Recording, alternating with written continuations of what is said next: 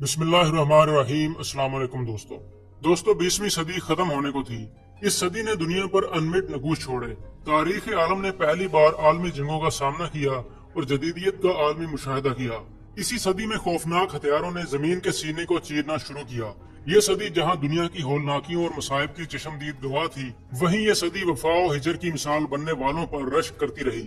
ابھی 20ویں صدی کی کچھ سانسیں باقی تھیں کہ قدرت اسے اپنے کچھ اور شاہکار دکھانا چاہتی تھی۔ یہ مئی 1999 تھا۔ جنوبی ایشیا میں یہ مہینہ گرمی سے بھرپور ہوتا ہے، مگر پاکستان اور بھارت کی سرحد پر واقع کوہ ہمالیہ کا سلسلہ یک بستہ سردی کی لپیٹ میں رہتا ہے۔ ایسے میں دنیا کے بلند ترین محاذ پر جنگ کی چنگاری بھڑک اٹھتی ہے۔ یہ ہرگز کوئی معمولی ٹکراؤ نہیں تھا، بلکہ دو ایٹمی طاقتیں زور آزمائی میں مصروف تھیں۔ یہ سنگلاخ چٹانیں اقبال کے شعر کی عملی تفسیر بن گئیں۔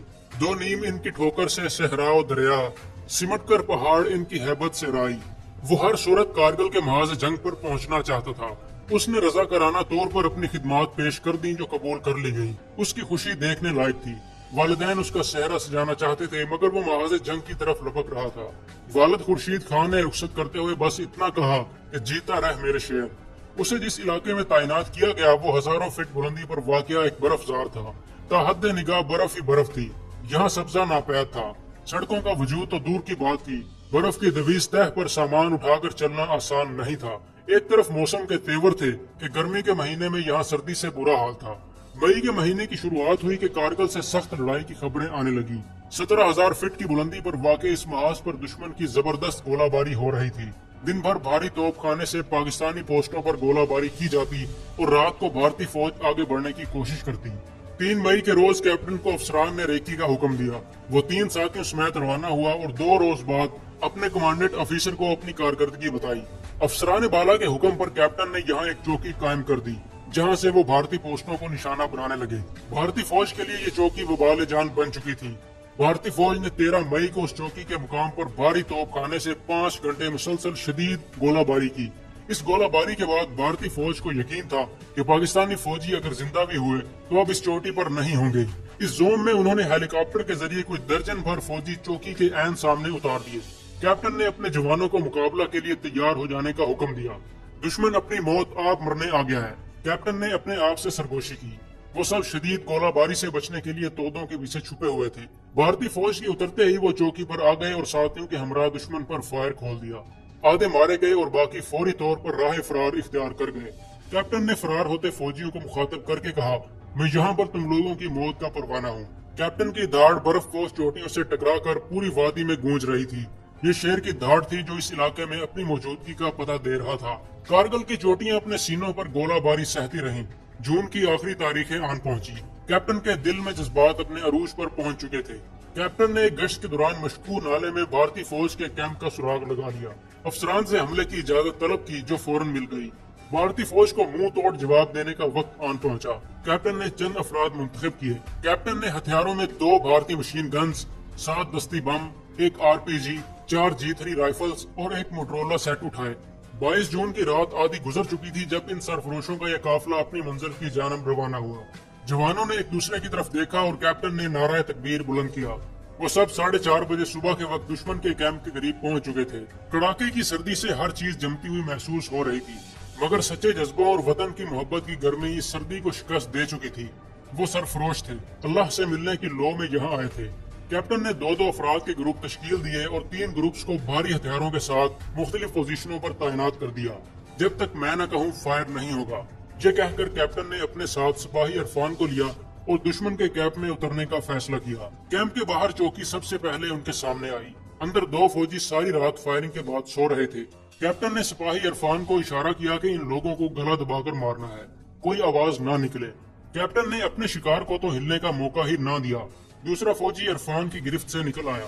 وہ آپس میں الجھ گئے۔ مجبوری میں کیپٹن کو گولی چلانی پڑی۔ گولی چلتے ہی سارا کیمپ بیدار ہو گیا۔ پاکستانی سینا آ گئی۔ کسی فوجی نے آواز لگائی۔ اتنے میں بھارتی فوج کے کیمپ سے آنے والی گولی عرفان کو آن لگی۔ عرفان زخمی ہو کر گر پڑا۔ اب دونوں طرف سے بارود کی بارش ہو رہی تھی۔ فائرنگ تھمی تو وہ عرفان کو لینے آئے۔ عرفان کے جسم سے خون بہہ چکا تھا۔ اس نے کیپٹن کی طرف دیکھا۔ سر، آپ میری فکر نہ کریں، میرا وقت آ چکا ہے۔ عرفان نے بلند آواز میں کلمہ طیبہ پڑھا اور جان اس کے سپرد کر دی جس کی تھی۔ اس دوران بھاری توپ خانے اور جنگی طیاروں نے بمباری کا آغاز کر دیا۔ عرفان کو تودے کے پیچھے لٹایا اور خود کیمپ سے پیچھے ہٹنے لگے۔ بمباری تھمی تو دوبارہ سپاہی عرفان کے مقدس جسد خاکی کو اٹھانے آئے۔ بھارتی فوج عرفان کو لے جا چکی تھی، وہ اپنی پوزیشن پر واپس آ گئے۔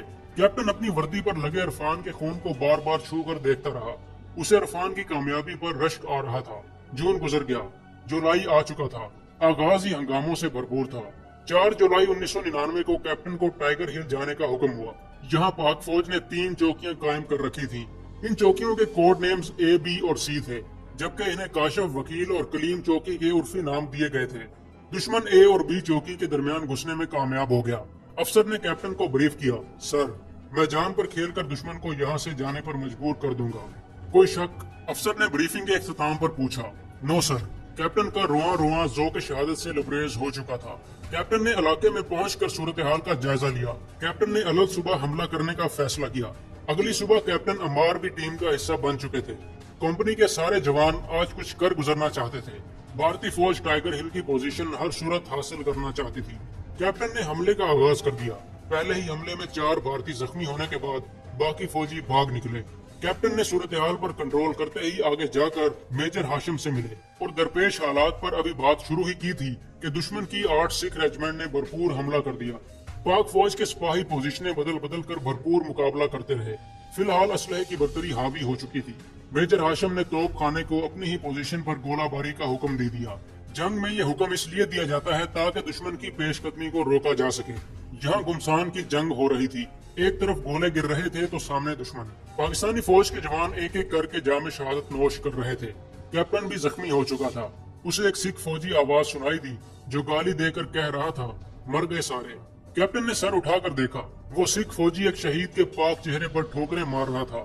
کیپٹن نے ایک نظر اپنے اطراف میں پڑی پاک فوج کے جوانوں کی لاشوں پر ڈالی، ایک فوجی کی مشین گن اپنے ہاتھ میں لی اور تاک کر اس فوجی کا نشانہ لیا جو لاشوں کی بے حرمتی کر رہا تھا۔ کیپٹن کی نشانہ بازی ویسے ہی کمال کی تھی۔ کیپٹن نے کچھ بھارتی سپاہیوں کو ڈھیر کیا، باقی سمجھے کہ پاک فوج نے پلٹ کر حملہ کر دیا اور بھاگ نکلے۔